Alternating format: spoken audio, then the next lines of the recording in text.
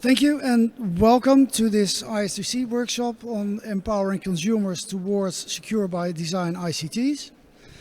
But I have to admit that this flag does not cover all the topics we are about to share with you, as things change over time.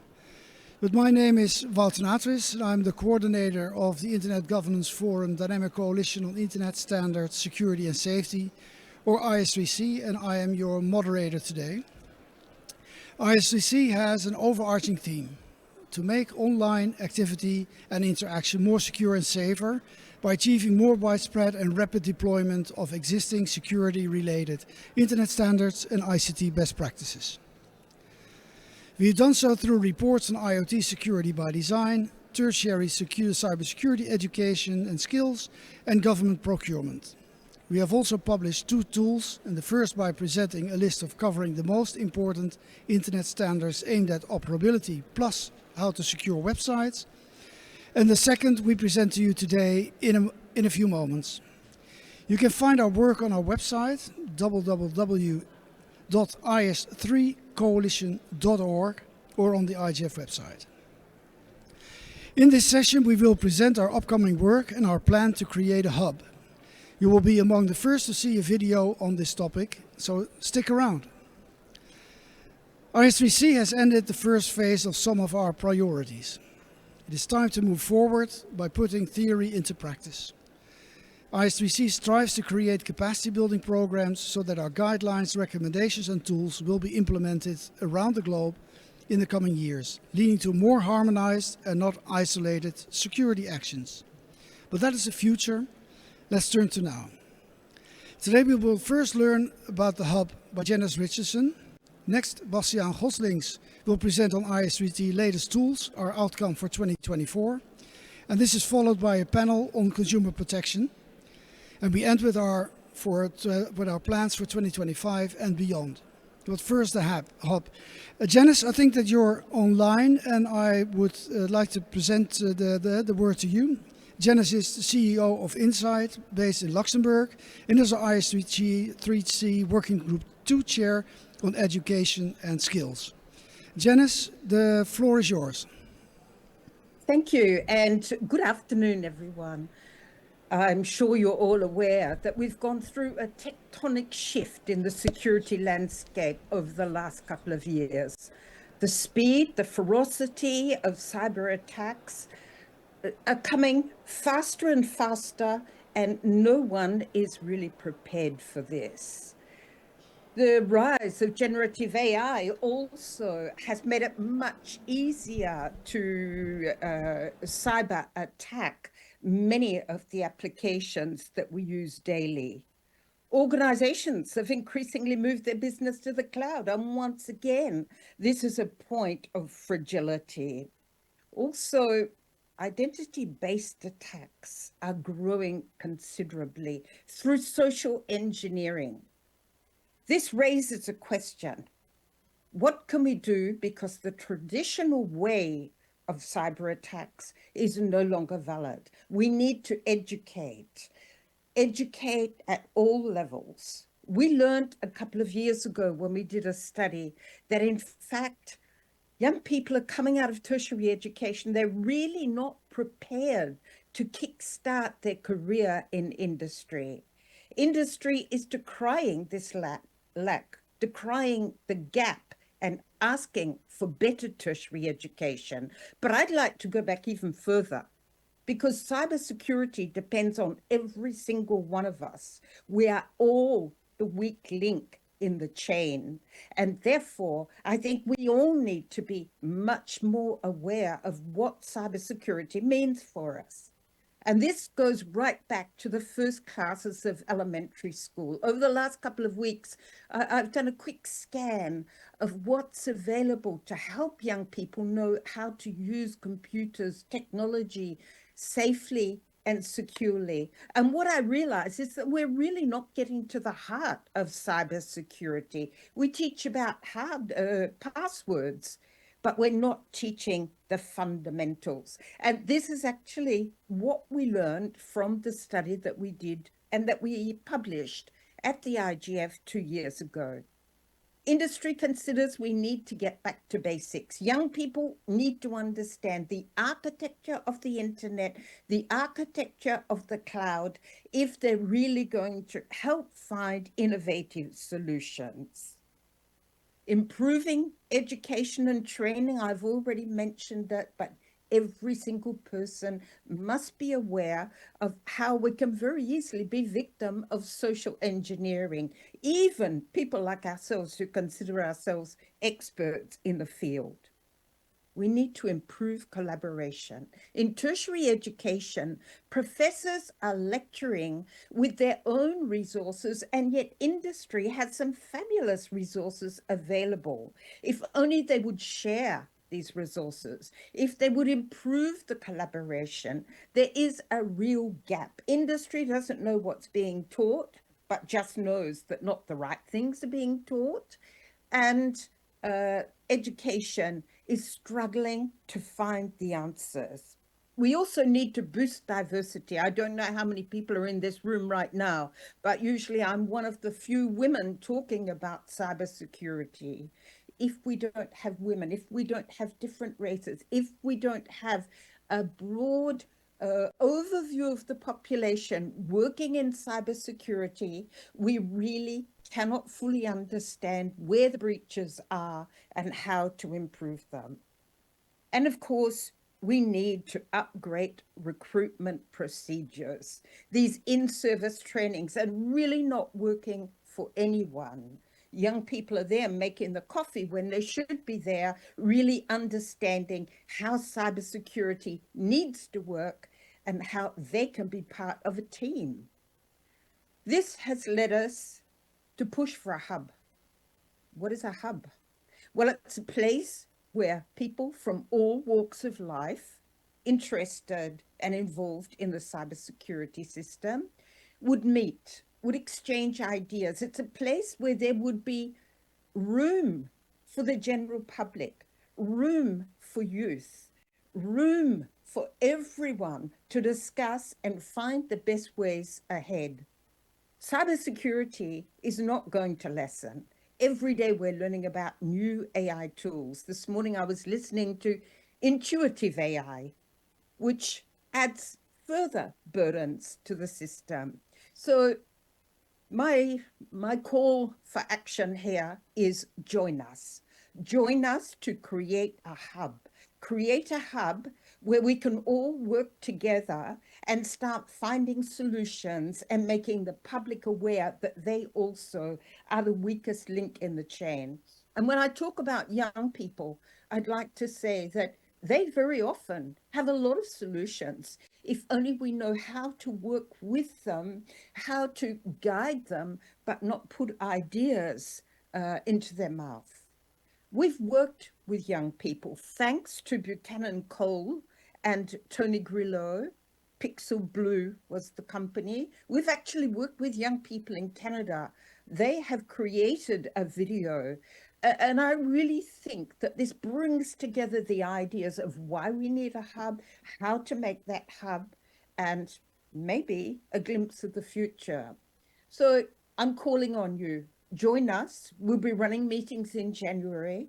Join us to help the hub become a reality. Back to you, Selby, to play the video.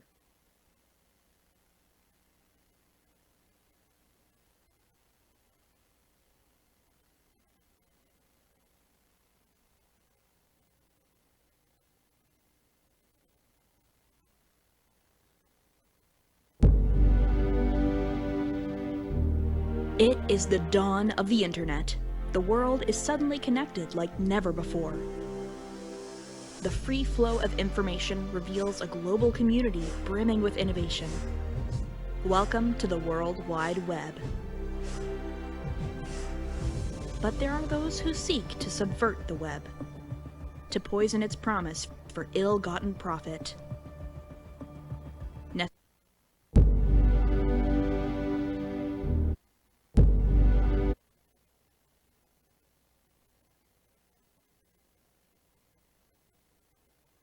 Short issue with getting the movie online, but they're working on it.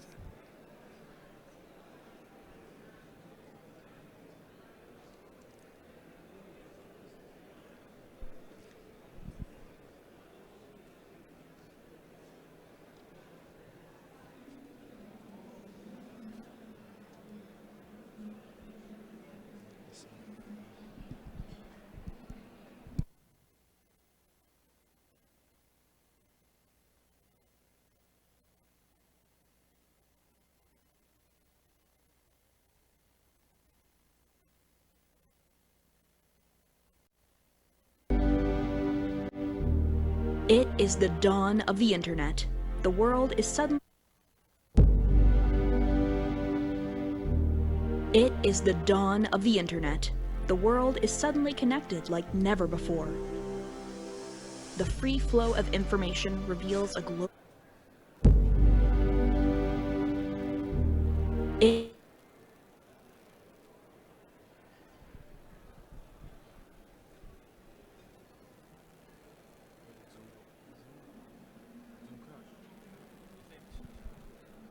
They're still trying to find out how to get the movie on screen.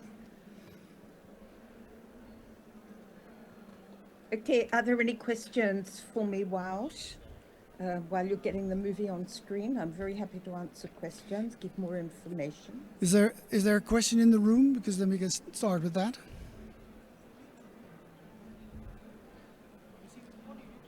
I don't see any fingers.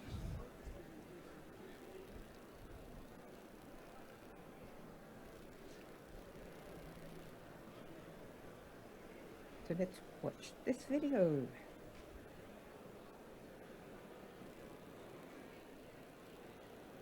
Selby is trying to figure it out for the guys at the technique section. Okay, so I think I explained that this is really done by university students, and to my mind, it's one of the videos that I've actually seen on this topic.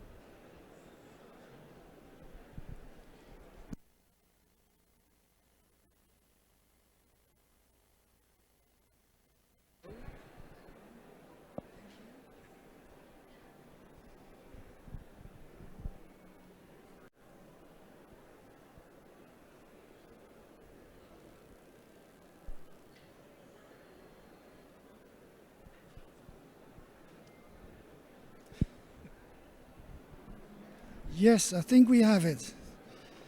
So Selby is getting back, and here is our video on the hub. It is the dawn of the internet. The world is suddenly connected like never before. The free flow of information reveals a global community brimming with innovation. Welcome to the World Wide Web. Seek to subvert the web, to poison its promise for ill-gotten profit. Necessary and existing security measures are not built in by design. Cybercrime becomes big business, exploiting the cracks in our defenses, taking advantage of our trust, taxing our resources, leaving countless victims. Our leadership struggles to develop a coordinated response. Our defenses disorganized and outdated. We're left to fend for ourselves. To protect our global connection, experts around the world come together to form the vanguard of cybersecurity. The Hub, populated with the smartest people on the planet, using the most effective solutions available. With adequate funding and collaboration, the Hub grows. Schools are empowered to provide state-of-the-art training.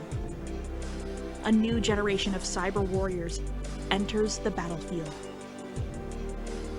Citizens of the web have open access to protection, ensuring the security of every link in the system. Put an end to cybercrime, once and for all. Support the Internet Standards Security and Safety Coalition. Let's build the Hub.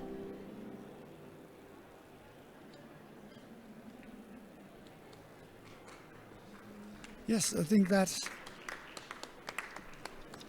in place. This is made by a good friend of mine called Tony Grillo.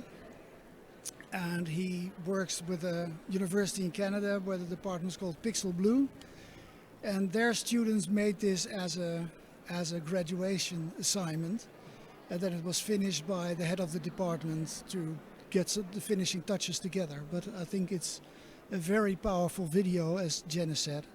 Are there any questions on the idea of the hub, or what it could do, or what it could do for you?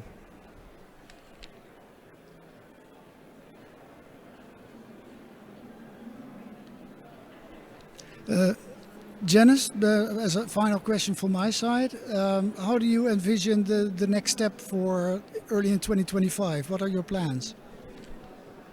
First, I think that all of those interested need to sign up. We will inform you when we'll be conducting a meeting in January to see concretely how we can put this together. So first step, call for action, sign up please to the IS3C. Keep an eye on the date that we will announce, and then come with your ideas on how we can put this together and the road ahead. Okay, Janice, thank you very much. And we'll be looking forward to the dates that will be announced on the IS3C website and beyond very soon. Thank you very much. The next is that Bastiaan Gosling's in the room. Bastiaan works for the .nl registry as IDN nowadays, but when we started this project, we're on working group 8 in IS3C. He was working with the RIPE NCC, and the RIPE NCC and ICANN are one of the two sponsors of this project. The result is some guidelines that we produce on arguments, and Bastiaan will lead us through his presentation to show what this work is and how it came about and what the recommendations are. Bastiaan. Thank you. Oh, yeah, you can understand me? Thank you, Wout, for the introduction. And I think the way that you opened this session, explaining what IS3C stands for and what it aims for, combined with this great video, this new hub that's being announced, I think, that emphasizes, the urgency of security standards having to be deployed. And I'm proud, that I can be here to share an overview of an endeavor, an IS3C endeavor that was recently finalized. And in this particular case, on deployment of standards DNSSEC and RPKI. So I have 10 minutes to go through this, and I also want to give you the opportunity to reflect on it and give statements or questions. This is going to be, I'm not going to be able to go into details. The report is publicly available on the IS3C website. But I think, it's good to take the opportunity here to give you an overview of what we've been doing. So in a nutshell, the problem statement. I'm probably you're all aware, but the domain name system and also, as well as a global system for internet routing are both fundamentally important when it comes to the functioning of the internet overall. Everything else depends on it. The functioning of naming, numbering, and then, the combination of that and the way that internet routing works. If there's an issue there, then any content or any communication that relies on it, is affected.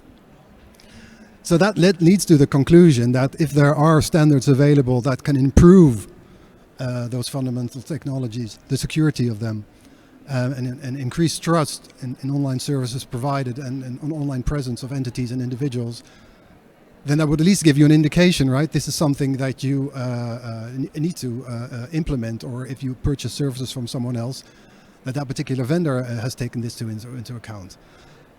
These technologies have been available for quite a long time in internet terms, but deployment, it's different across operators, it's different across regions, and we've seen growth, but it's still lacking.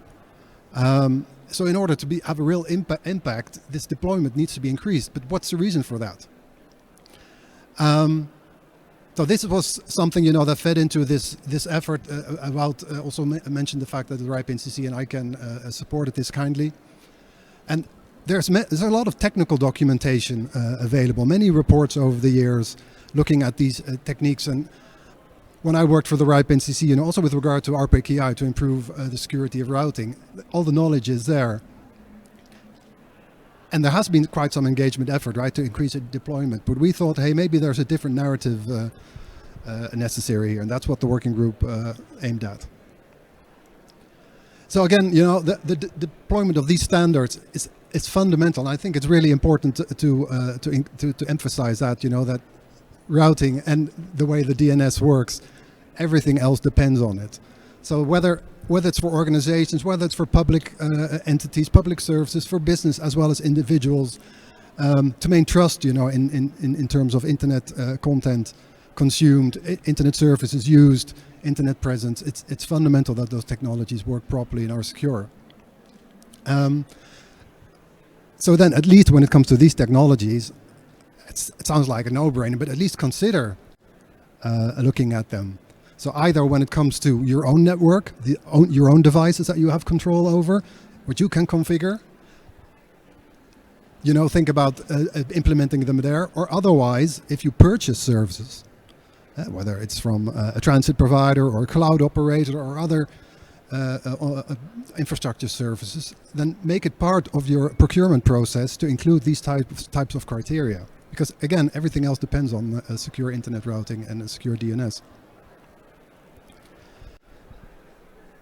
So why is deployment lacking? And I will not go into the numbers and details. There's more in the report, so please go ahead. The URLs, the links are included later on. But there are a number of points that were raised by the working group of experts that were involved in this. On the one hand, you know, there's the perception of cost and resource constraints, right? Like it takes additional knowledge, additional software, maybe additional hardware, control of this to manage all of this. People consider this to be quite technically complex. And not only the fact, you know, that you need to have the knowledge to actually use these type of standards, but also if anything goes wrong, because these technologies, the underlying technologies are so fundamental, there's a risk, you know, if anything goes wrong with implementation, that the provision of online services might be affected. And also the working group considered, you know, that for quite a few entities, they're just involved in their business, have their commercial reasons to do so or other reasons to do so, and they're not even really aware of the risk. You know, this is very much under the hood, all these type of technologies and how this works. So people are not really aware of it. And then you come to the lack of awareness and maybe a lack of education. Also, even when it comes, you know, to the engineers and the ICT people that are employed. And then last but not least, and then we can get more, you know, towards the target group that the report is aiming at. It's not part of priorities, right? Even an ICT strategy and everything that comes along with it, quite a few organizations don't have that. So it's not part of those strategic considerations and priorities. So as I mentioned, you know, all the technical reports are there. Many analyses have taken place before, but the working group felt there was a reason for a new narrative, and a number of elements fed into that. On the one hand, you know, national cybersecurity resilience. The risks or the availabilities of online services, they're so huge. If all of this breaks, if your internet doesn't work, if you cannot communicate with your public authorities because everything is done online, then you do have a serious problem. And we see in many countries, especially, I'm from the Netherlands, and so looking more at that part of the world, the western part of the European Union specifically, more and more our sector, the internet sector, is being regulated, and I think to some extent rightly so, because of the risks and because of the risks involved. So there's more and more regulatory pressure. So if you include these type of standards as a best practice in the way, you know, that you approach your ICT strategy, then I think you're already a step ahead. And then, of course, for commercial organizations, ICT and digital presence and online services, it's part of your core business. It doesn't really matter which business you're in, it's so important. So you have to consider at least these type of standards. And then maybe more from a moral perspective, it's not only about you as an individual, it's not only about you as an organization, it's about us as a society as a whole. The internet as a global phenomenon as a whole, I think. So again, go back to the report, all the details are there. But to take some of the main takeaways from the conclusion, it's about safeguarding an organization's reputation It's protecting critical services, vital information, related infrastructure. The integrity and authenticity of online services can be improved by technologies like RPKI and you implementing DNSSEC. And I mentioned it a couple of times, I think, this has to be part of your core business. Everything is online nowadays. It doesn't really matter which line of business you're in.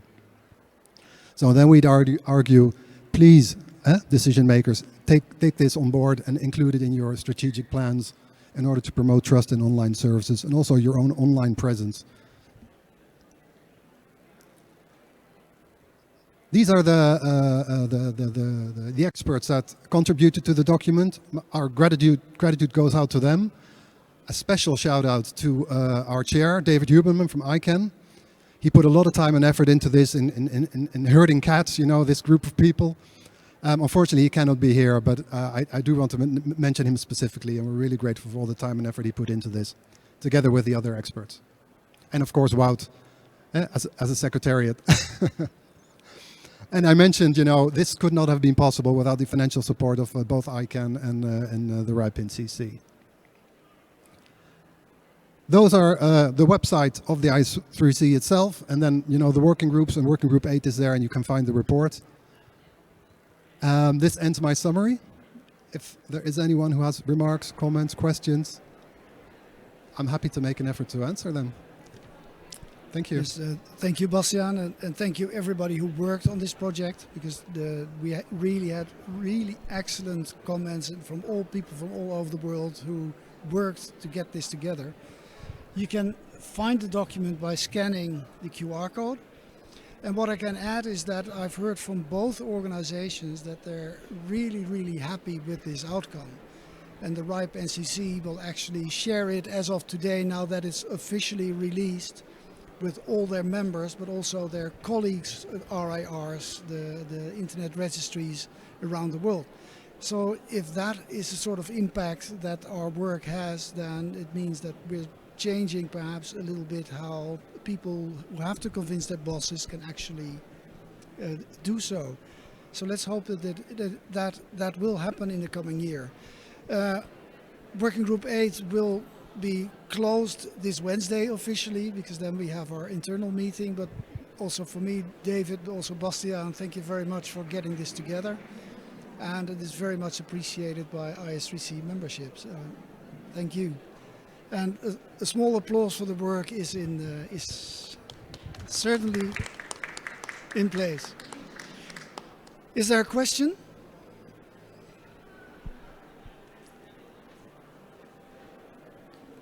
Even kijken, Bastiaan. Hij werkt niet. It worked when we were at home. Selby, can you take a look whether this is the right code? Because it's not working, they say, but it worked when I tested it.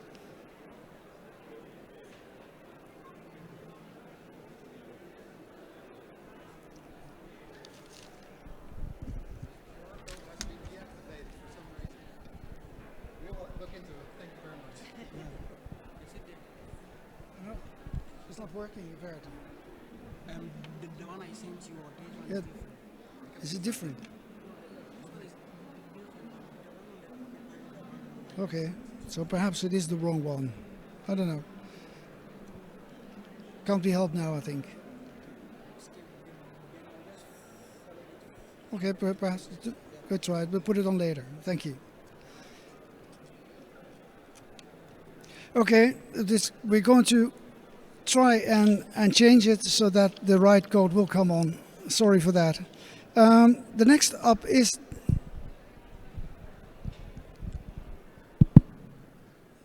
okay. I can't hear myself anymore for some reason, but oh yes, that's it. As soon as you put it into something, then the sound disappears. The next topic is on consumer, and what we have is that we try to get a working group together in 2022 with consumer organizations, but then the finance did not work, and then the specialist stepped away, so it never really got off the ground. Well, we talked to people at the IGF in Kyoto last year, and that sort of started to revive it. and we hope to start some work on this topic of consumer protection in the next year. In the panel today, we have two consumer protection organizations. First, we have Christine Miko Liuniene from the council, as a council member at the Communications Regulatory Authority, or RRT, in the Republic of Lithuania. And we have Stephen Tan, and he is Assistant Director at the Cybersecurity Agency of Singapore, and he currently leads the Safer Internet, Mobile and IoT Security team under the Cybersecurity Engineering Center. And his work focuses on assessing cyber risk in the Internet, mobile and IoT domains, and develop initiatives to secure Singapore's digital landscape. They're both online, so hopefully we can see them on the screen soon. Welcome, Christina and Stephen. I think that first you have 2 minutes to each introduce your organization and what it exactly is that it does. And ladies start, so Christine, you're first. Thank you. Hello, Ria. Hello, everybody in the room. I'm Kristina Mikolun, and I'm council member at RRT, is Lithuanian Communication Regulatory Authority. We are a small country in the eastern part of Europe. Going forward to our institution, RRT is started at the beginning as a pure technical organization. It was National Radio Frequency Agency many years ago and evolved to the big hub of regulation, starting from electronic communications and post-railway sectors, and going forward to the big bunch of digital services, as electronic signature, as electronic stamp, or safer internet, or hotline in general. So I am over 20 years at this organization, and beginning I have worked with electronic communication field, with more with technical and economical aspects, then also with consumer disputes, going forward to postal and railway issues. And currently, as a council member, I see strategic decision making across all these sectors, and I'm working deeply with digital services, including safer internet and measures to combat child sexual abuse material online, or filtering measures and mechanisms to protect minors. So shortly about me and my organization. Thank you. Thank you, Christina. And Stephen. Hi there. Right. I think firstly, thanks Walt for the introduction. Yeah, maybe a quick one. I think, as we all know, right, online transactions used to be pretty straightforward. You click a button and then you make a purchase, right? But as digital services evolve and becomes more interconnected, things got little bit more complex. And while this connectivity brings convenience, it also introduced a range of cyber risks that we can't ignore, right? Scammers and cyber criminals are constantly finding clever ways to exploit vulnerabilities. We have all heard about data breaches, identity theft, and online scams. It's become something none of us can ignore anymore, right? This makes digital trust more important than ever. It's about making people feel safe when they're online, whether they are shopping, banking, or just browsing the internet. But digital trust isn't just about users being careful. It's about building secure systems that people can rely on without having to think twice, right? So, in the Cybersecurity Agency of Singapore, it's a national agency dedicated to protecting Singapore's cyberspace. At CSA, we are all about co-creating a safer cyberspace. We work closely with the industry partners, raise public awareness, and of course promote secure technology adoption. But at the heart of it, we also think that developers and service providers have a primary responsibility, right? They need to build security into their products right from the start, ensuring that there's privacy, there's data protection, and also secure development process are non-negotiable. And importantly, on the flip side, we also realize that consumers also need to play a role. They should better demand for security from the products and services they use. This is where certifications, security labels, and standards come into play. And that's also one of the core businesses that we have in CSA, by providing transparency and giving companies a competitive edge when they prioritize security, right? So essentially, that's what CSA does, right? Thank you, Stephen. I think you answered my first question already quite good, that how does your organization currently contribute to a more secure and safer internet for your country? And I think you gave some excellent examples. How is that in Lithuania, Christina? How does your organization currently contribute to a more secure and safer internet for all the people living in Lithuania? You know, RRT as a national regulatory authority, we are also helping and promoting internet as such. So we do market analysis to enhance competition in the market. We do any proposals for giving the frequencies or numbering to resources to the market participants. But at the same time, we see how the internet in general impacts end users, consumers, and that we have to see and help them to not be lost in the internet space in general.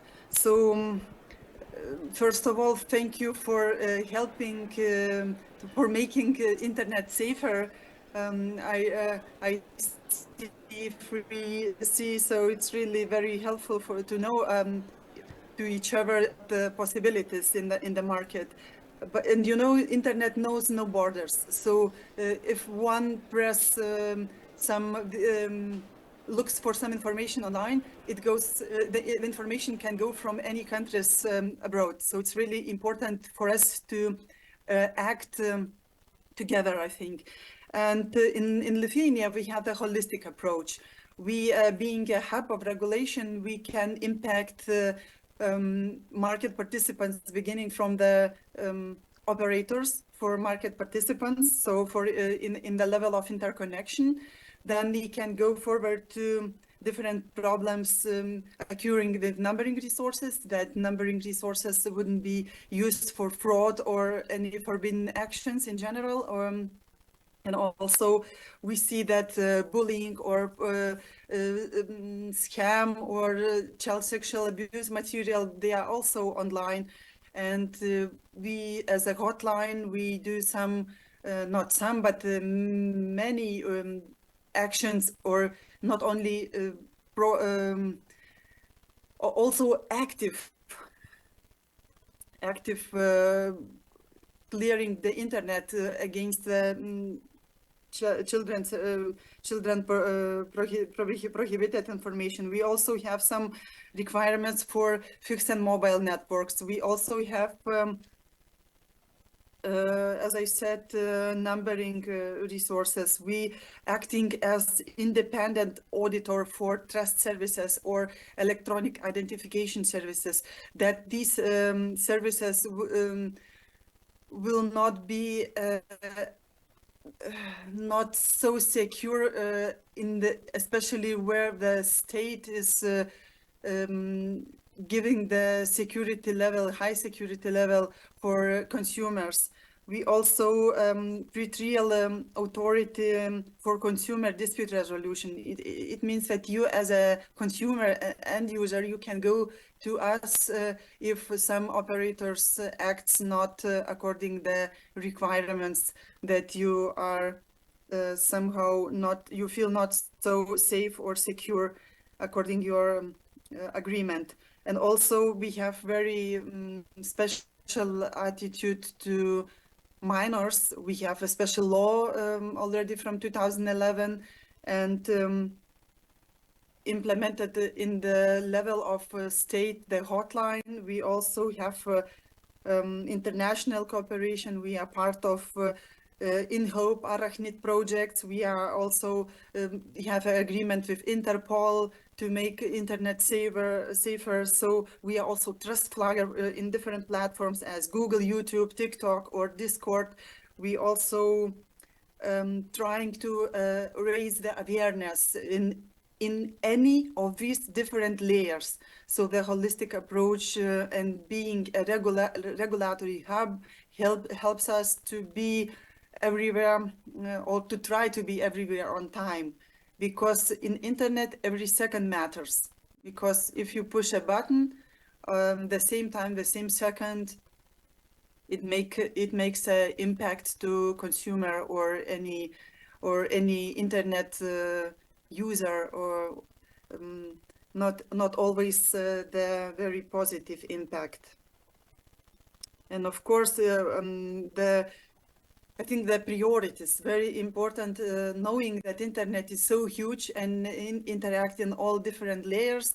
It's very important to set the right priorities. For example, in the world, in the whole world, there are over 200 countries, but hotlines implemented on the state level are only 10, and only 5 of them are in European countries. So, and we are one of them.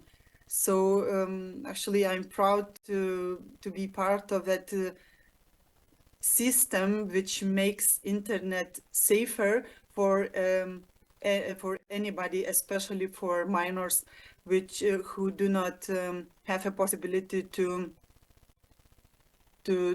be safer because they cannot protect themselves. Thank you. Yes, thank you, Christina. I think that I heard from your answer 3 topics that we can move into. One is that we have heard also from Stephen where there's a responsibility of the end user themselves, but we also heard about the industry and the role that industry plays, and next that there's a complete international component that makes it extremely hard to actually do something as an organization from one specific country.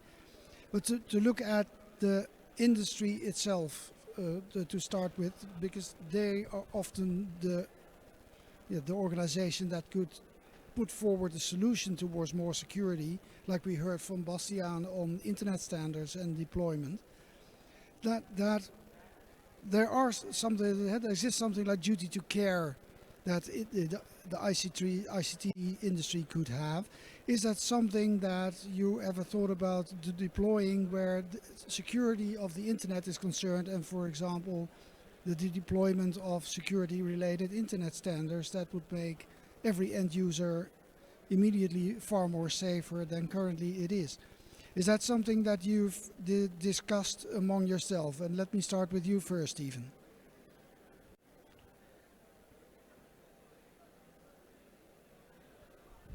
Right. I think firstly, the short answer will be absolutely, right? Why so? I think firstly, the clear duty to care rules can push ICT providers to adopt stronger security measures.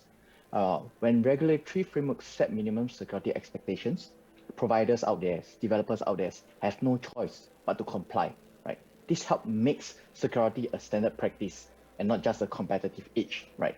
So in Singapore, we have rolled out initiatives like the Internet Hygiene Portal, which sets a strong example by encouraging businesses to adopt secure practices by default, and then publicly recognizing those that excel in security through Internet Hygiene rating. Similarly, in Singapore, we have also launched out a Safe App Standard, as well as a cybersecurity labeling scheme for IoT products as well. This shows how setting clear expectations can actually offer developers and providers some public-facing recognition, and then drive compliance, and even giving businesses a business niche or a market advantage, right? This balance of regulation and industry recognition is important. It helps to motivate companies to go beyond the bare minimum, right? And we do understand that at many a times, right, regulation isn't just everything, right? It works best when you pair it with incentives like certifications, security labels, or even industry recognition itself, right? This creates clear differentiation and give businesses that competitive edge, encouraging they themselves to not only meet but exceed minimum security requirements. And what we really intend to do is that we hope this actually motivates continuous improvements and of course innovation in cybersecurity practices for the various enterprises and business out there, right? So when we are looking at the duty to care, we thought it's important that some rules will be useful, but it should be a good mix between regulations as well as incentives, right, to actually help to nudge in the industry to move on forward. Yes, and creating a level playing field, as I also understand from your words. I think that is a very encouraging answer that you gave, that it's not just about regulation and the hard side of the law, but that the softer side of the law is just as important. How is that in Lithuania, Christina? As I mentioned before, yes, we have rules. We have in each level of internet interaction, in the field of interaction, we have some particular some amount of rules. But I totally agree with Steven that is not, rules are not everything. Rules are only too many rules brings the market participants to the insecurity feelings, and they do not want to invest, especially in the levels in the areas where investments are not so profitable. So actually, as a representative of regulator, I would suggest to be on the good balance between regulation and between motivation. Maybe if you want to have some requirements for market participants, you have to give the regulatory holidays or something like that, not to and not convince very strictly in every point where you need to have more security, internet security, because at the end of the day everything costs money, and if you will only require all the investments will be paid by the consumers, and are consumer ready for it? Are consumer ready to pay for every security implementation on the market? I am not so sure. So I think that right balance is the best idea. Thank you. As we're also talking about the international component, in what way could citizens of your countries profit from international cooperation that would ensure a more secure and safer internet? Stephen, I think when it comes you down first. to international cooperation, right, we must firstly understand that global cooperation would potentially, or be seen as shared threat intelligence, common security standards, and of course faster responses to incidents. But at times we do understand that that's not what's really happening. But if we were to actually do it carefully, intricately, this is what we will actually foresee. Governments play a crucial role by sharing cyber threat information, coordinating responses, and even collaborating on joint research initiatives, right? This transparency would help to build collective resilience and ensure that no country is left vulnerable due to isolated cybersecurity efforts, right? So in CSA, some of the things that we have done is that we have built strong partnerships with key industry players like Akamai, Google, Microsoft, even non-profit organizations like APNIC, and even in the Internet Society, right? These collaborations, coupled with government-led information sharing efforts, would enhance our cybersecurity capabilities through joint intel sharing, training, and even research initiatives. Such collaborations would also allow us to enhance our cybersecurity capabilities.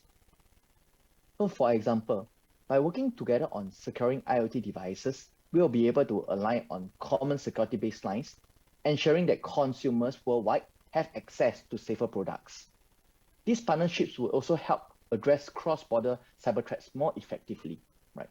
Making it harder for attackers, even scammers, to exploit gaps between different regions. In the long run, having international cooperation would mean better protection, enhanced trust, and more resilient digital services for everyone. We identify, and even we note that, right, cross-border cyber threats are tough to tackle alone. International partnerships between countries to countries, even between from government to the industry, will create a united front, making it harder for attackers to exploit gaps between different regions.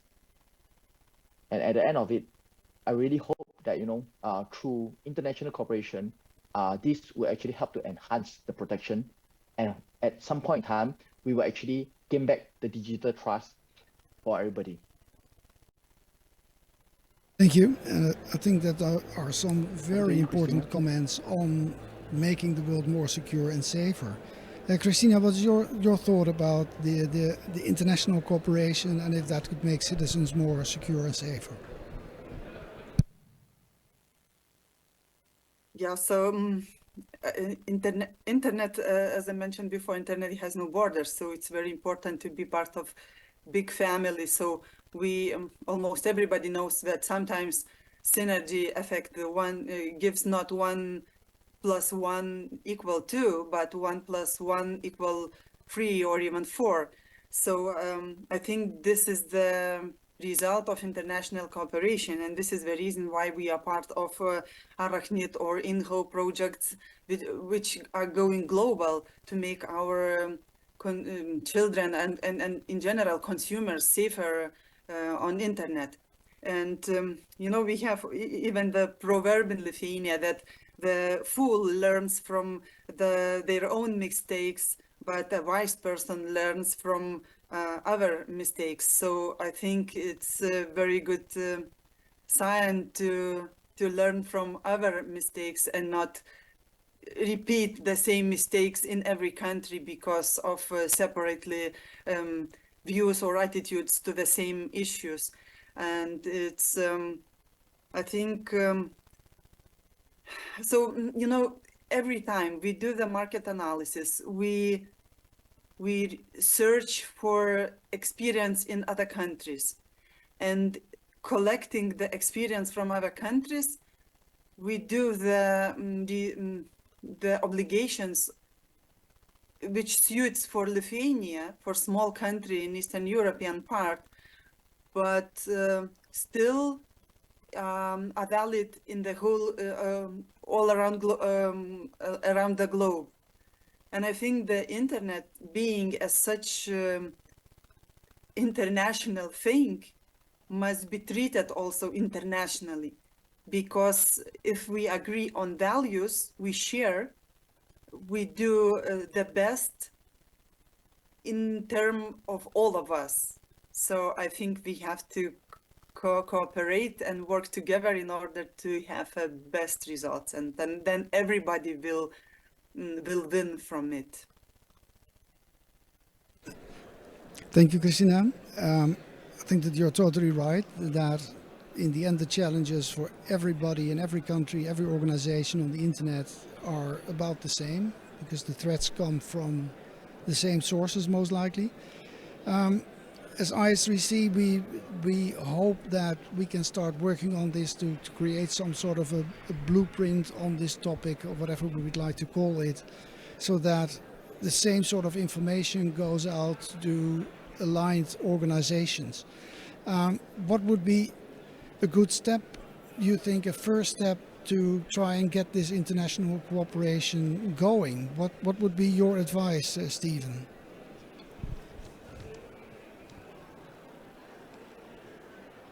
Right.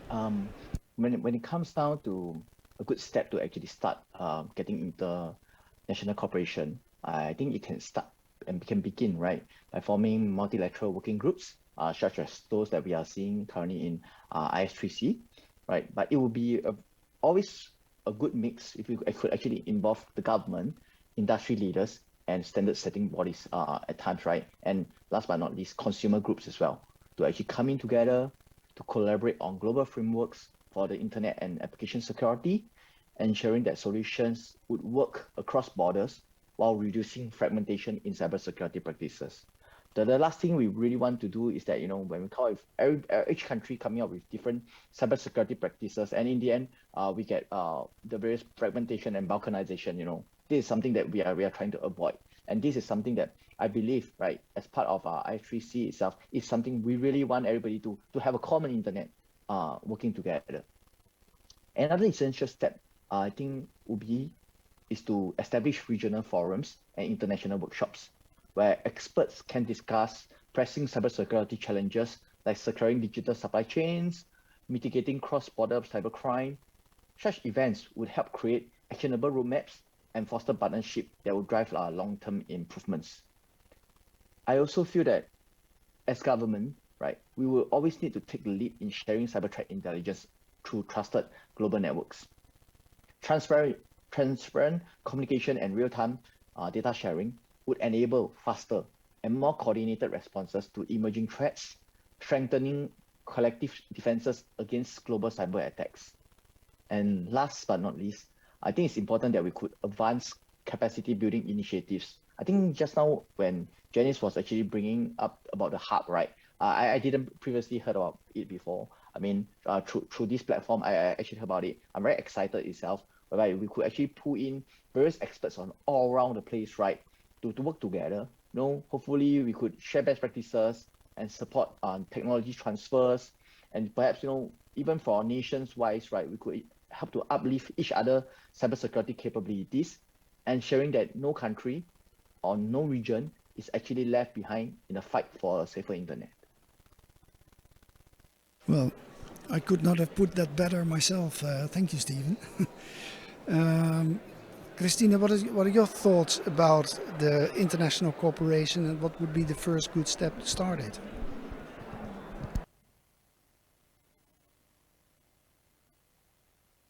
Well, this is a question for me. This question for you, Christina. Yeah, sorry, because it's very difficult to hear you. Yeah, so from my point of view, it's very important to clear the problem, first of all, because, you know, internet, it has so many different layers, and in every layer there are some different problems. So first of all, I think it's necessary to find a quite narrow description of the problem you would like to solve, and then it's important to have to find the active people, because active people, the right people, are of the critical importance. The third thing, I think, is to have a necessary tool for it, as internet.nl and similar. So really to convince your partners that you have something which is really suitable for them. Going forward, the voluntary participation, as we do in Arachnid or Interpol programs, are very important also. And as a good example, because example motivates, I think it's IE convention started to sign in Vilnius this year, and on 5th of September, which is that there was the point where every country in the world agrees, and now the creator of that convention, they started to find the people who are agreeing on that convention, and now they are trying to find the signing parties. So I think it's like some similar like lobbying activities. Yes, when you have a problem, you have a people around you, you can convince regulators to implement some obligations necessary, some part of obligations. You have convinced maybe some market participants to be more active and more social responsible in the internet. Maybe there are some end users where awareness, raising awareness could help to act more safe in more safe way on internet. So I think all the related parties must be implemented in that work, because as I said before, you are encompassing the whole world. So thank you for doing this. And thank you, Christina. I think that we've heard from the panel that we have quite some challenges, but also a lot of opportunities. And I suggest that we, when the new year starts, see if we can organize a first event to get this going. So I will be in contact with you in the new year. For now, thank you very much for participating and for your very clear and concise answers, because we have heard very good answers in this panel. So thank you, Stephen, and thank you, Christina. The next topic Thank you for inviting me. Yes, you're welcome. Thanks for the invite. You're very welcome. And next, I'm very happy to say that IS3C has received a new assignment. We're going to start a new work early next year. And I have the chairs of Working Group 1 and the project leader of Working Group 1 with me, and online of Working Group 9 on emerging technologies. Working Group 1 has produced a report last year on IoT security by design. It's led by Nicolas. And we're going to start a new project on that topic combined with emerging technologies.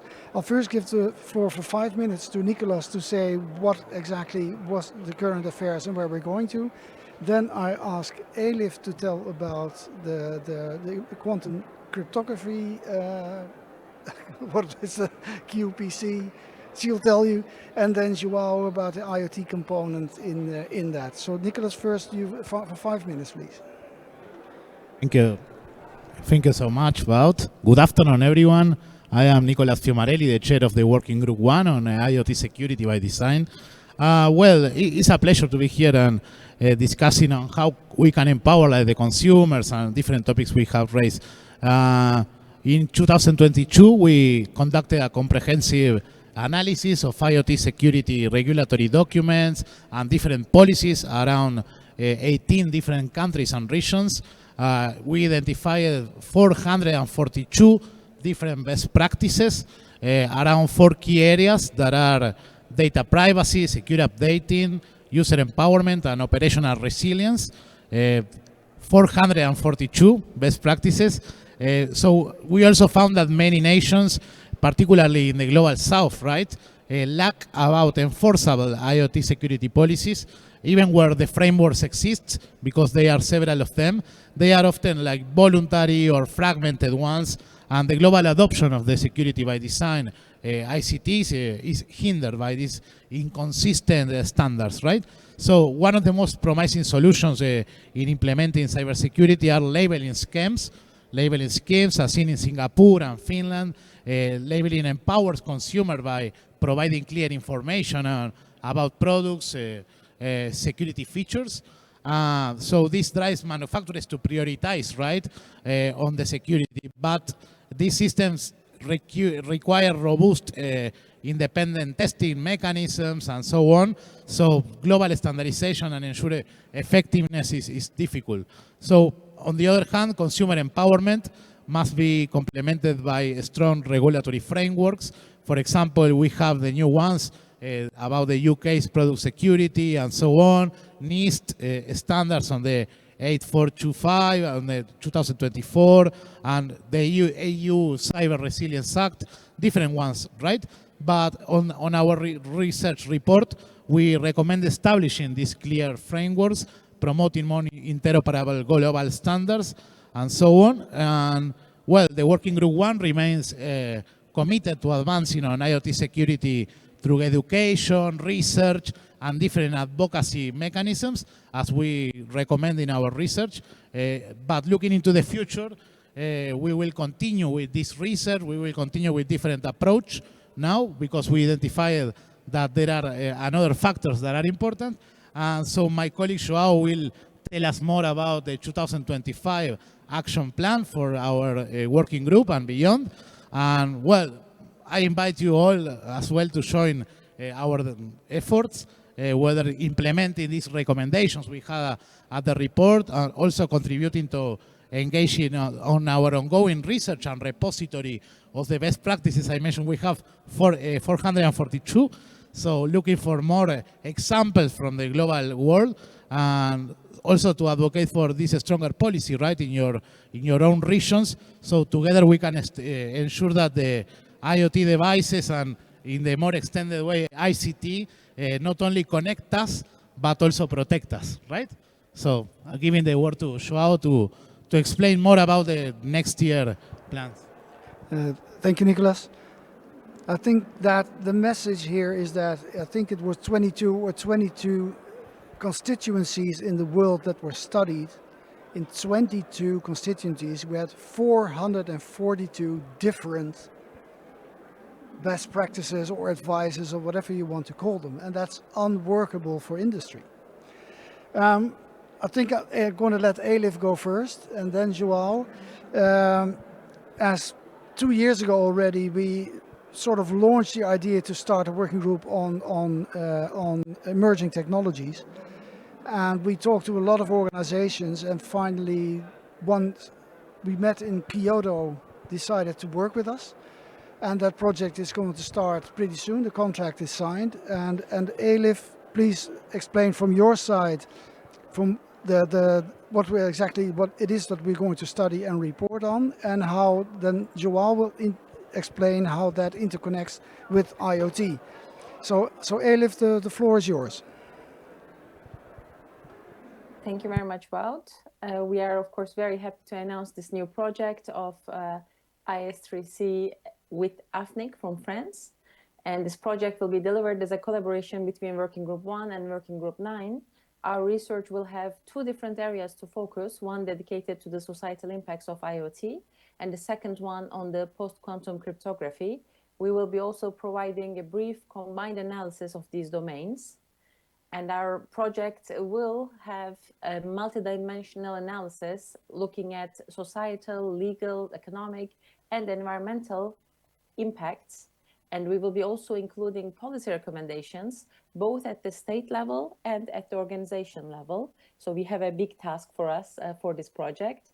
And in the next IGF in 2025, we will be also facilitating stakeholder engagement on these issues through a common workshop that will encourage dialogue on societal implications as well as the future directions. The project will be finalized with a combined report, both on IoT security and on PQC, also exploring cross-cutting themes like digital transformation and future-proofing against emerging threats. That was also the focus of our Working Group 9. We will be also making sure to refer to international cooperation and economic competitiveness aspects within the broader context of global cybersecurity efforts. And we think that these are extremely relevant and important topics today. So we are also happy to hear from you if you would like to collaborate with us in the future in any of these domains. And I think I can give the floor to Joao. Thank you, Elif. Hello, everybody. So I'm here to represent the working group that will develop the part regarding to IoT. So when we were discussing about this project and sketching it, what we see is that people understand that there is a security problem with IoT. And what we wanted to know about after realizing it is, well, okay, if someone gets hacked, if the this current security status of IoT is kept, what are the security implications of it? And what are the social implications? Because we are developing a world based on the security levels that we see, and we want to see further and think of what would happen and why, and what we need to change to make the society safer in regarding to IoT. So we want to see this societal phase of the work of making IoT safer. Thank you, Joao. And I think that shows how the two topics also intersect with each other, because when the quantum computer is there, then all IoT devices will have an instant security problem that's even bigger than it is today. So that is where we're going to try to come up with not the immediate solutions, but at least with an indication of where we are at this point in time and what the consequences will be. And from there, hopefully, build that into some sort of a capacity building program, which has been discussed with AFNIC already about how to move forward after the IGF in 2025. What it shows is that IS3C is building and we're delivering. As you see at this moment, all the reports we promised to deliver are there, and you find it on our website. Is it possible already, Selby, to show the QR code? The gentleman in the back, can we show the correct QR code, please? Thank you. To wrap this session up, because we're about to end, but if there are any questions first, and are there any online questions? That is something that I cannot see from the stage. Are there any questions?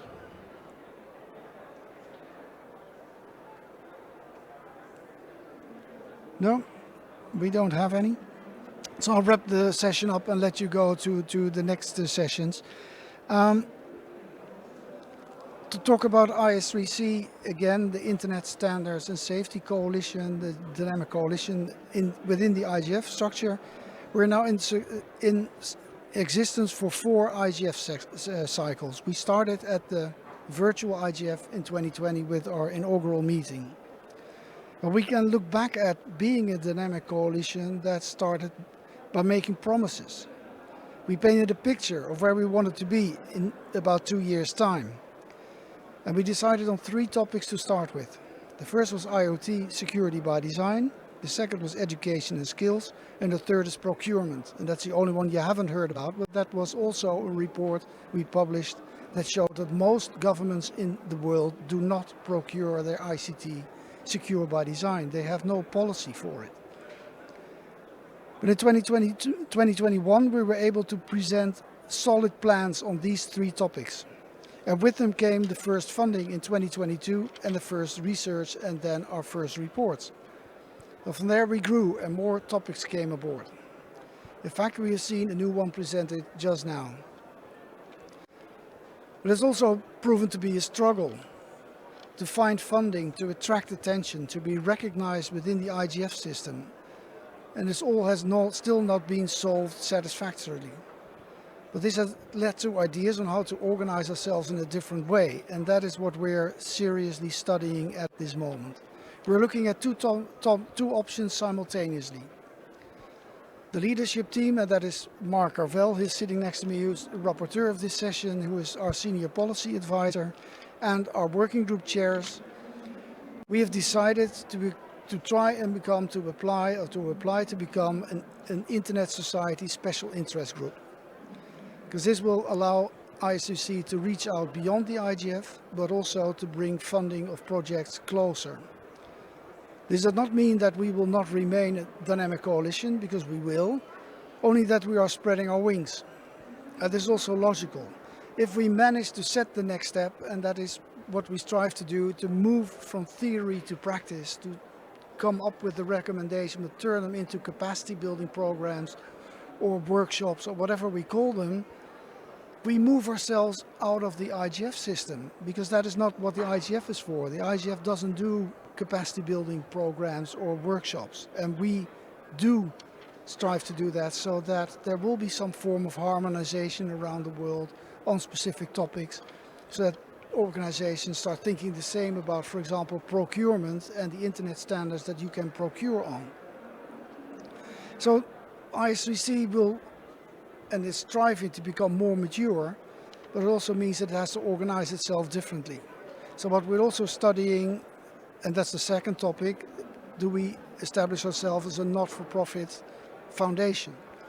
And that is something that people are investigating at this moment, and we get the first report on our closed DC session on Wednesday. The benefits would be, of course, that we were allowed to have members who can pay a membership fee or allowed to accept donations, and from there be funded in a more structural way, hopefully, so that our plans will go through. But these are our plans. I don't know if anybody has experience with these sort of topics, then please talk to us after this session. On Tuesday at 12:30 we'll be showing the video again at the Dynamic Coalition booth, so you're invited to join the session, and if you're interested to join the hub, let us know, and then we will send you the invite on the first meeting that I will be organizing with Janice Richardson in January.